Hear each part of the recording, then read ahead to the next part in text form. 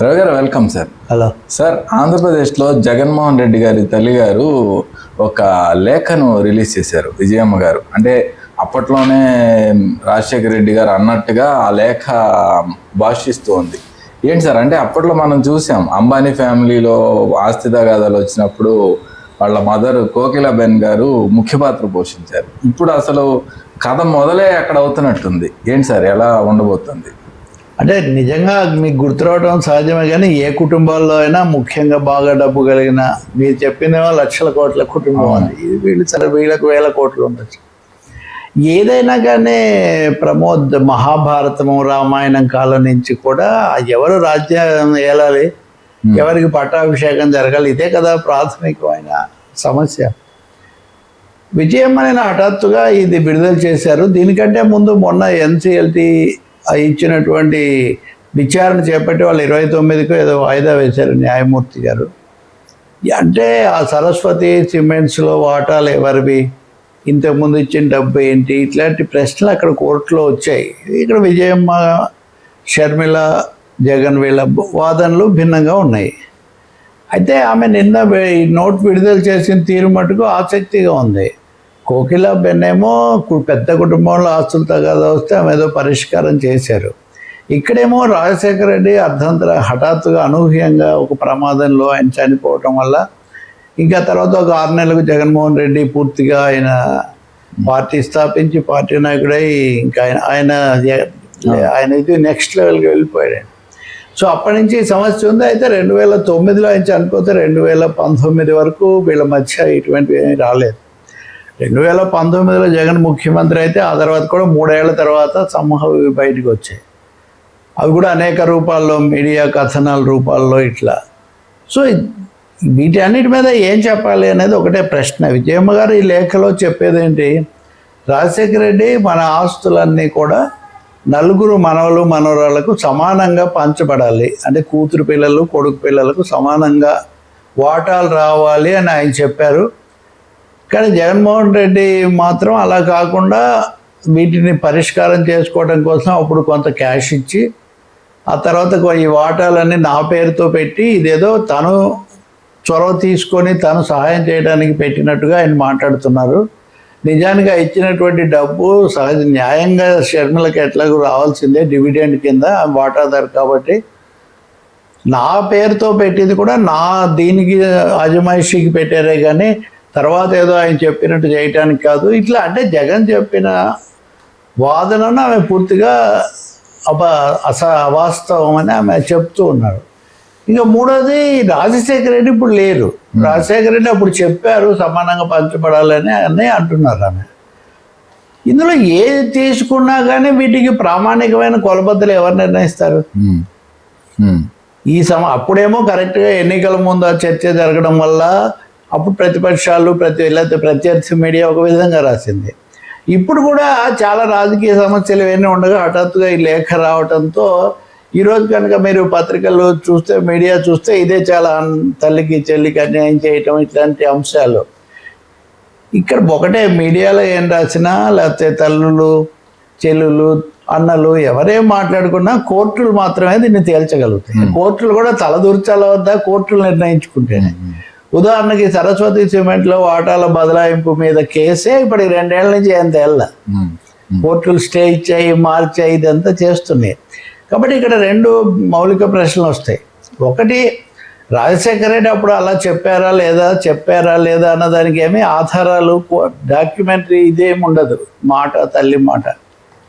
ఇంకా రెండోది, రాజశేఖర రెడ్డి చెప్పినప్పుడు కుటుంబానికి ఏం ఆస్తులు ఉన్నాయి, ఆస్తుల విలువ ఎంత, అప్పుడు ఏది ఎవరి పేరుతో ఉంది, ఇలాంటి అంశాలన్నీ ఉన్నాయి. అందుకని నేను అనేది ఏంటంటే, నేను మీడియా వాళ్ళు అడిగితే కూడా చెప్పాను, మనకెందుకు అసలు ఒక కుటుంబంలో ఆస్తుల సమస్యలు వాళ్ళు పరిష్కరించుకోవాలి, లేకపోతే మధ్యవర్తులు పెద్దలు పరిష్కరించుకోవాలి.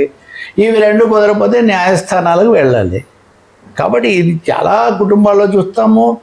అధికారాల్లో పార్టీల్లో ఎవరిది ఆధిపత్యం అనే పేచీ వస్తుంది, కుటుంబాల్లో ఆర్థికమైన లబ్ధి ఎవరిది అనే ఆస్తులు ఎవరిపైనే వస్తాయి. వీటికి బయటి వాళ్ళు చేయగలిగింది చాలా తక్కువ.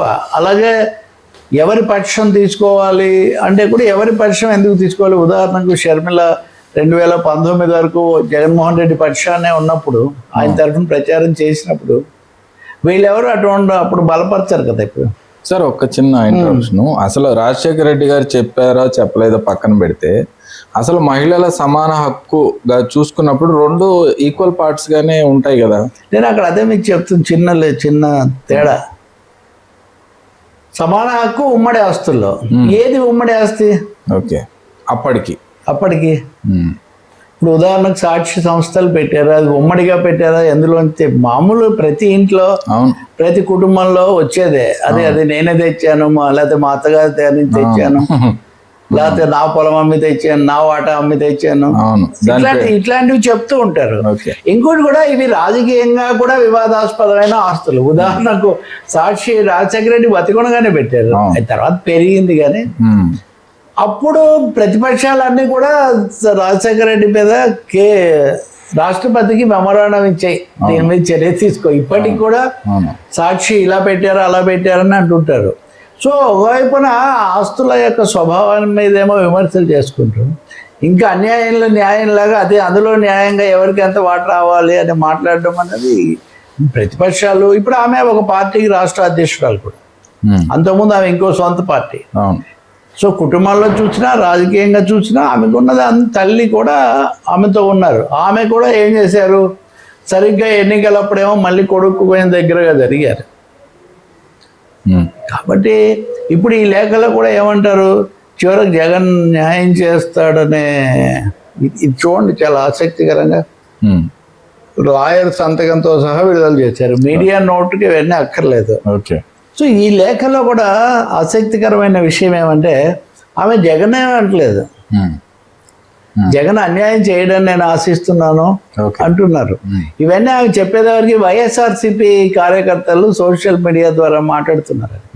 ఇవన్నీ అయిన తర్వాత ఆ పార్టీ యొక్క మాజీ శాసనసభ్యుడు రాచమల్లి శివప్రసాద్ రెడ్డి ఎవరు, ఆయన చాలా షర్మిల అమ్మాయి దీనికి న్యాయమేనా అని ఆయన ఒక పెద్ద ప్రకటన చేశారు. వాళ్ళ ఆరోపణ ఏంటంటే మీరు తెలుగుదేశం తరఫున చంద్రబాబు కష్టాలు వచ్చినప్పుడంతా మీరు ఇది తెస్తుంటారని ఆరోపించారు. అయితే దీన్ని సాక్షిలో దాదాపు పేజీ ప్రకటించడం ద్వారా వాళ్ళు పూర్తి స్థాయి అధికారిక ముద్ర వేశారు. కాబట్టి దీన్ని రాజకీయంగా దీన్ని తేల్చుకోవాల్సిందే, కానీ ప్రజలు ఏదో అటు ఇటు మారడము కానీ మాట్లాడడం కానీ లేకపోతే వీటి ద్వారా రాజకీయ నిర్ధారణలు చేయటం కానీ అదేం కుదిరేది కాదు. అది అన్ని ఇతర పార్టీలు కూడా అర్థం చేసుకోవాల్సిందే. ఎందుకంటే వాళ్ళ మధ్య పరిష్కారం కుదిరితే ఏమవుతారు, వీళ్ళు సైలెంట్ అవుతారు, అంతే కదా.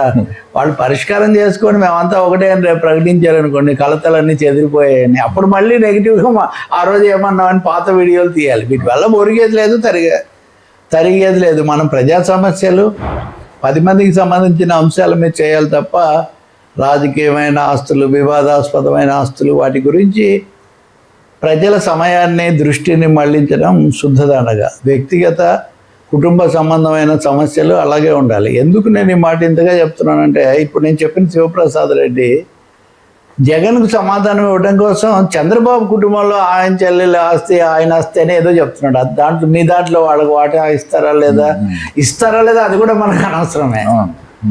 వ్యక్తిగతం వేరు, ప్రజా సంబంధమైన రాజకీయ సంబంధమైన అంశాలు వేరు. ఈ కలగాపులగం చేయకుండా ఉండటం చాలా మంచిది. Right sir.